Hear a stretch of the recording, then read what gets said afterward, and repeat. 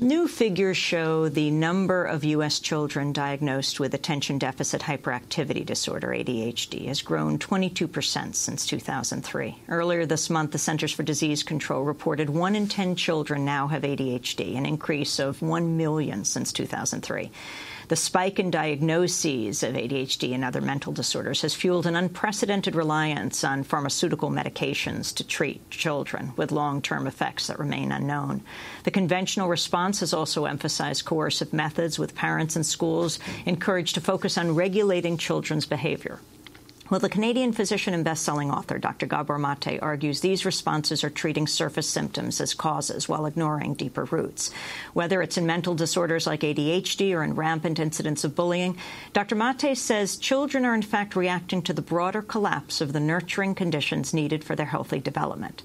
Instead of focusing on regulating children's behavior, Dr. Mate argues we should look at how those nurturing conditions can be improved. Dr. Gabor Mate is the author of 4 books, including Scattered, How Attention Deficit Disorder Originates and What You Can Do About It.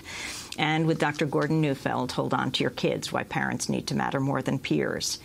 Earlier this year, he appeared on Democracy Now! To discuss his work on drug addiction, as well as on the mind-body connection, the role of emotions and stresses in the development of chronic illnesses. Well, Dr. Mate recently returned to our studio to talk about ADHD, parenting, bullying, the education system, and how a litany of stresses on the family environment is impacting American children. In the United States right now, there are 3 million children receiving stimulant medications for ADHD. ADHD means? Attention Deficit Hyperactivity Disorder. And there are about 500,000 kids in this country receiving heavy-duty antipsychotic medications. Medications such as are usually given to adult schizophrenics to regulate their hallucinations. But in this case, children are getting it to control their behaviors. So what we have is a massive social experiment of the chemical control of children's behavior, with no idea of the long-term consequences of these heavy-duty antipsychotics on kids. And I know that Canadian statistics just last week showed that within the last 5 years, there's been a 43% increase in the rate of dispensing of stimulant prescriptions for ADD or ADHD. And most of these are going to boys. In other words, what we're seeing is an unprecedented burgeoning of the diagnosis. And I should say, really, I'm talking about, more broadly speaking, what I would call the destruction of American childhood, because ADD is just a template, or it's just an example of what's going on. In fact, according to a recent study published in the States, nearly half of American adolescents now meet some criteria for mental health disorders. So we're talking about a massive impact on our children of something in our culture that's just not being recognized.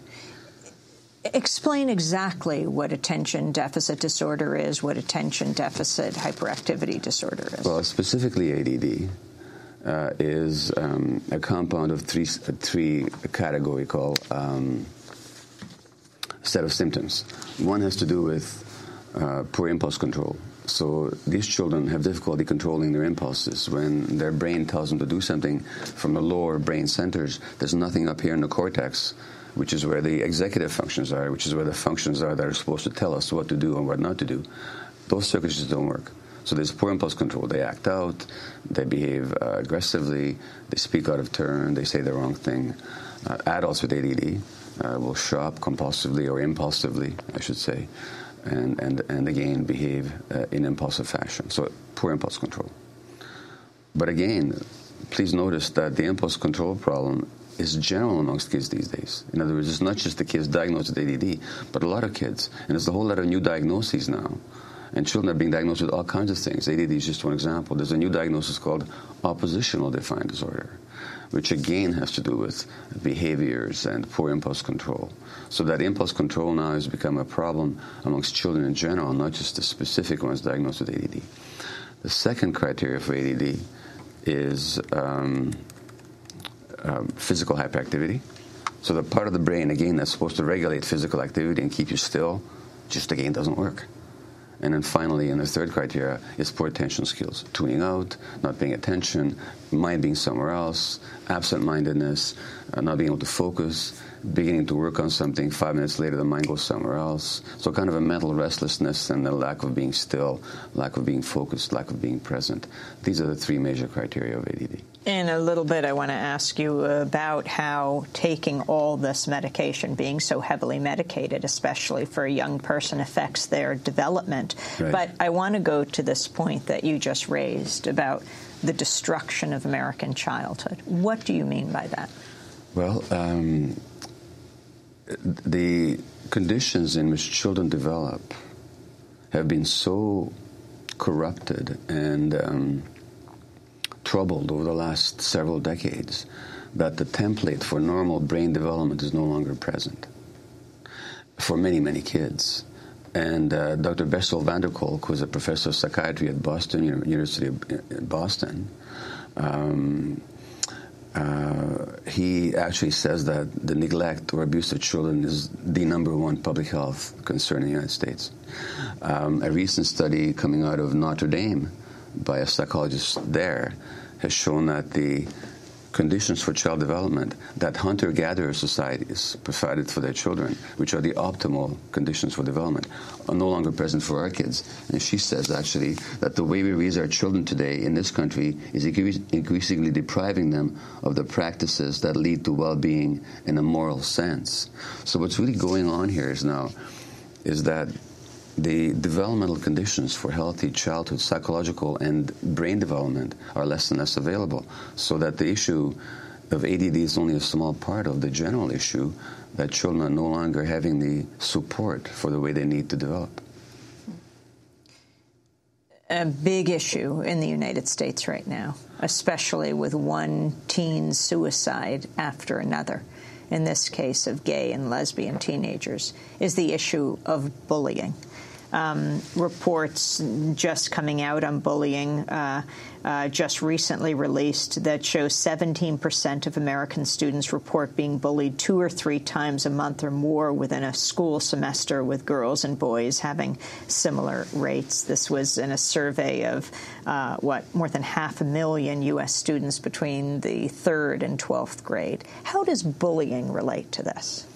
Well, you see, again, if you look at the school boards, and bullying has become a problem, there's hardly a school board in North America that doesn't have zero tolerance policies.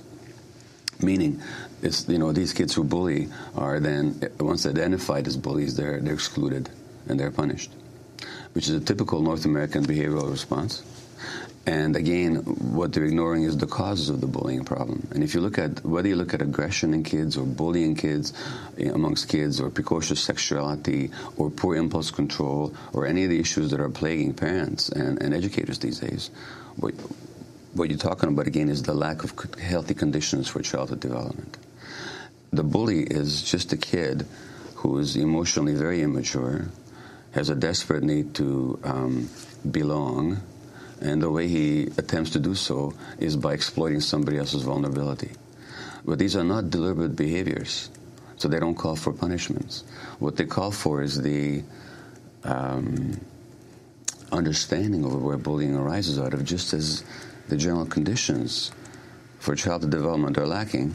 And so the conditions for empathy and insight. You see, there's parts of the brain in the prefrontal cortex, right here in the front of the brain, whose job it is to regulate our social behaviors.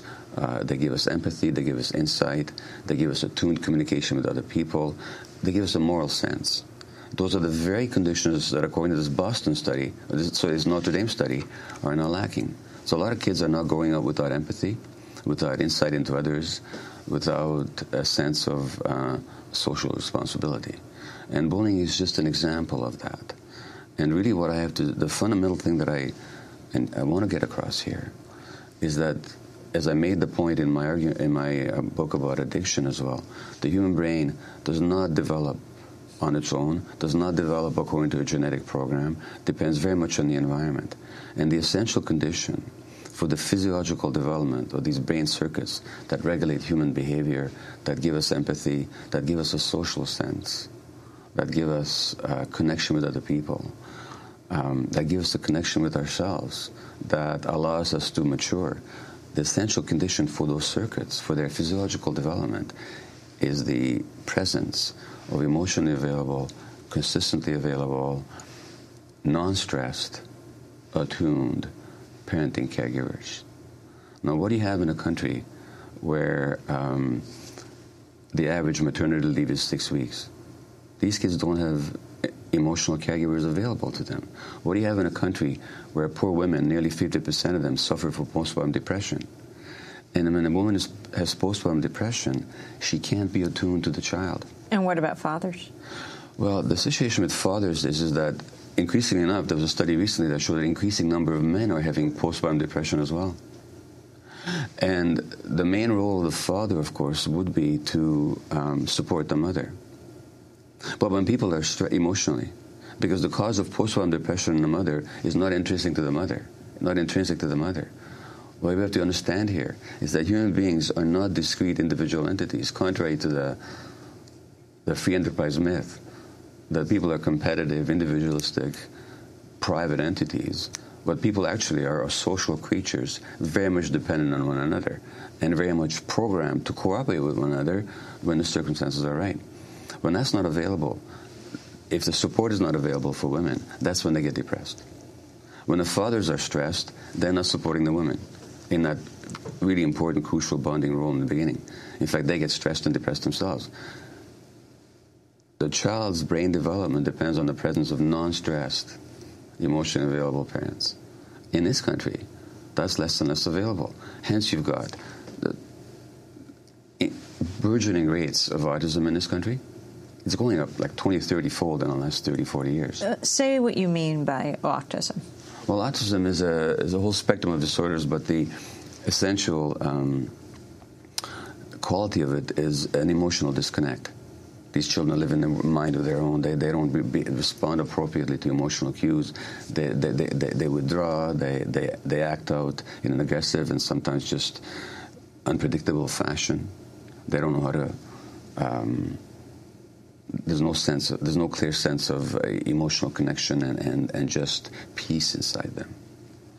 And there's many more kids in this country now. Several-fold increase. 20-fold increase in the last 30 years. The rates of anxiety amongst children is increasing. The numbers of kids on antidepressant medications has increased tremendously. The number of kids being diagnosed with bipolar disorder has gone up. And then not to mention all the behavioral issues, the bullying, I already mentioned, the precocious sexuality, the teenage pregnancies. There's now a program, a so-called reality show, that just focuses on teenage mothers. You know, in other words, see, it never used to be that children grew up in a stressed nuclear family. That wasn't the normal basis for child development. The normal basis for child development has always been the clan, the tribe, the community, the neighborhood, the extended family. Essentially, post-industrial capitalism has completely destroyed those conditions. People no longer live in communities which are still connected to one another. People don't work where they live.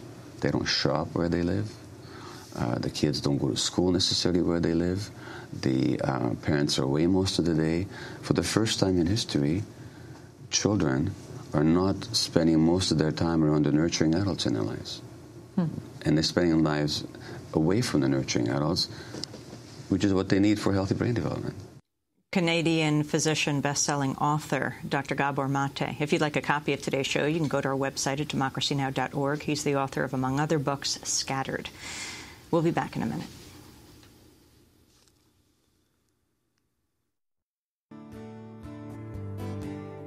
Well, I think it's fine building jumbo planes or taking a ride into cyberspace.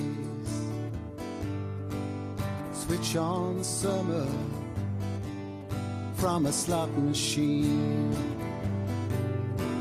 Just get what you want to if you want, 'cause you can get anything.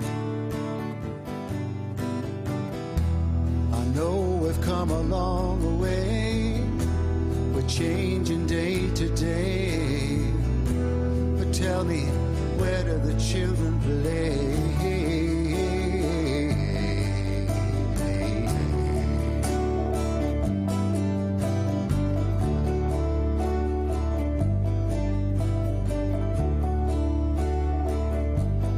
Where Did the Children Play by Yusuf Islam. This is Democracy Now!, democracynow.org, the War and Peace Report. I'm Amy Goodman.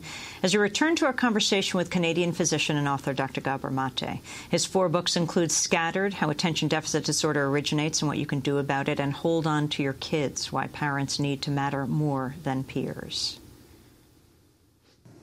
Talk about how the drugs, Gabor Mate, affect the development of the brain when kids are saturated with these drugs to sit still in school so that they're not fidgeting at their desk. They can't focus on reading or on the teacher, or they're just plain old disruptive.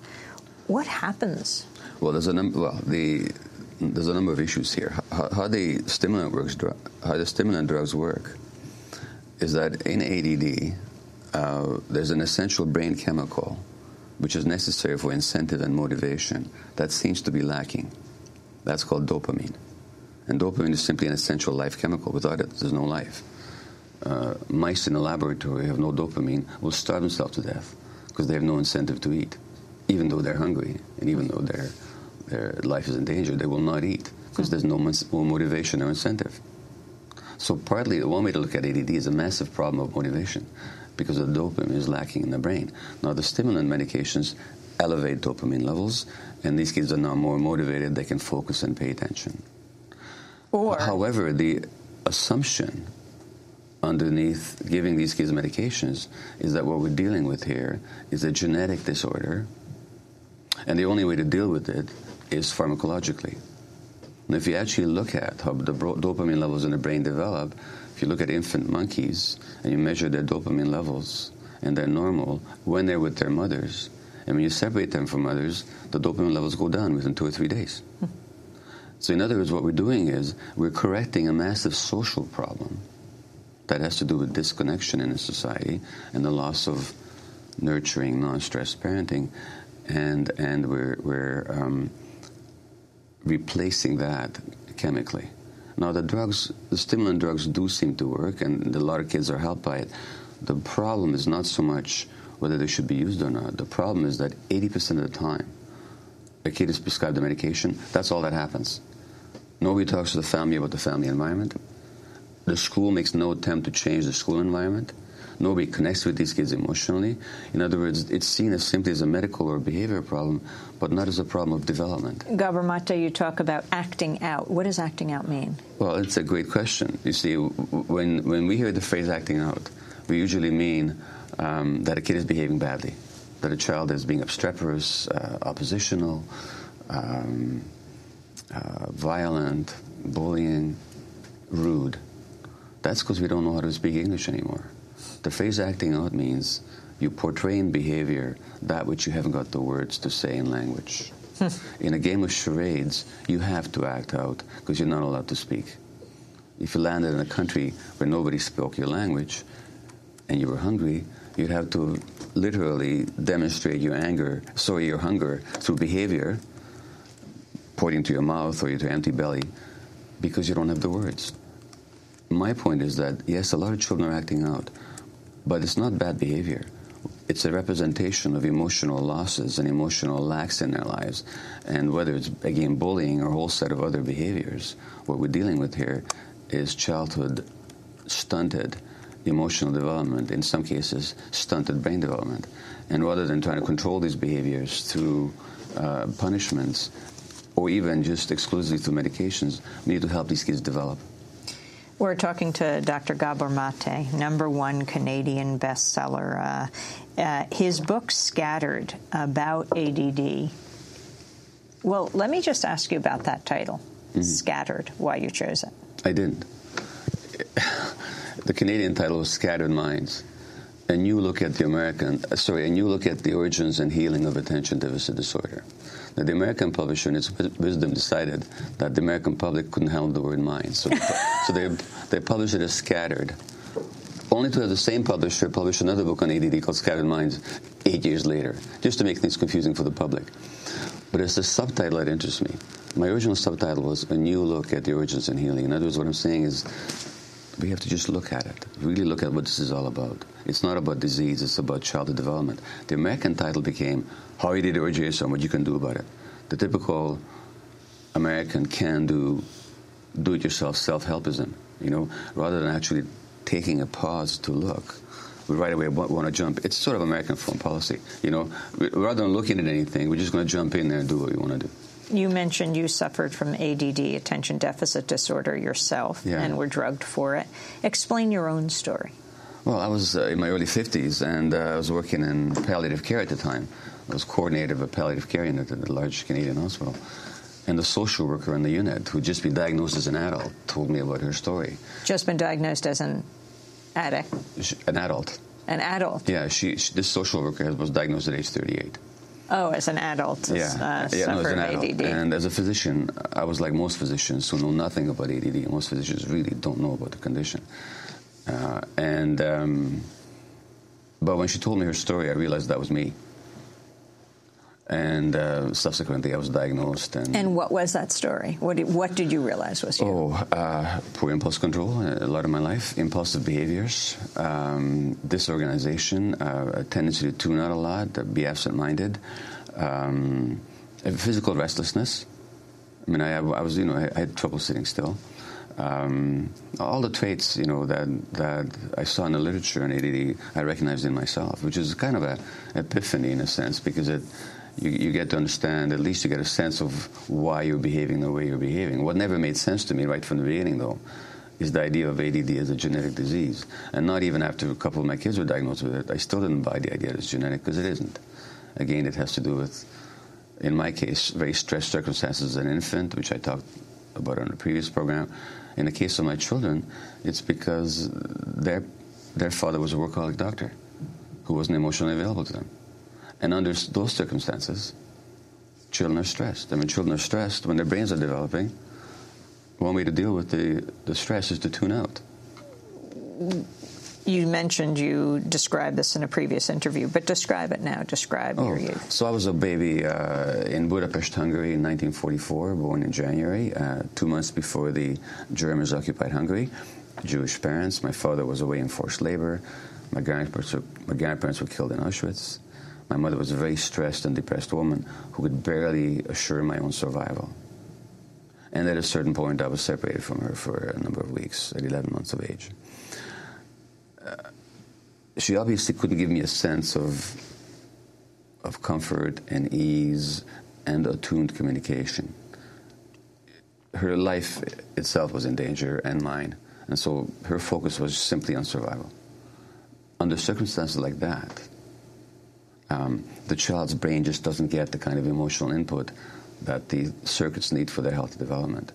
But it doesn't have to be as dramatic as that, you see. All you need is people who are very stressed in their lives, as under the current economic crisis, for example. In Windsor, Ontario, which is a twin city of Detroit, and therefore an automaking town in Canada, in 2009, the number of visits for child with mental health disorders went up 50%. Now, so what happens is the parents are stressed because of their economic status and the uncertainty, and the children are diagnosed with mental health disorders. Talk about holding on to your kids, why parents need to matter more than peers. Amy, in 1998, there was a book that was in the New York Times Best Book of the Year and nearly won the Pulitzer Prize. And it was called The Nurture Assumption, in which this researcher argued that parents don't make any difference anymore. Because she looked at to the extent that Newsweek actually had a cover article that year entitled, "Do Parents Matter?" Now, if you want to get the full stupidity of that question, you have to imagine a veterinarian magazine asking, does the mother cat make any difference? Or does mother bear matter? But the research showed that children are being more influenced now in their tastes, in their attitudes, and their behaviors by peers than by parents. This poor researcher concluded that this is somehow natural. And what she mistook was that what is the norm in North America, she actually thought it was natural and healthy. In fact, it isn't.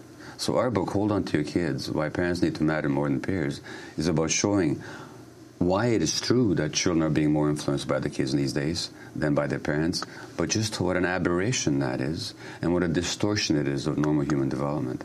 Because normal human development demands, as normal mammalian development demands, the presence of nurturing parents. But, even birds. Birds don't develop properly unless the mother and father bird are there.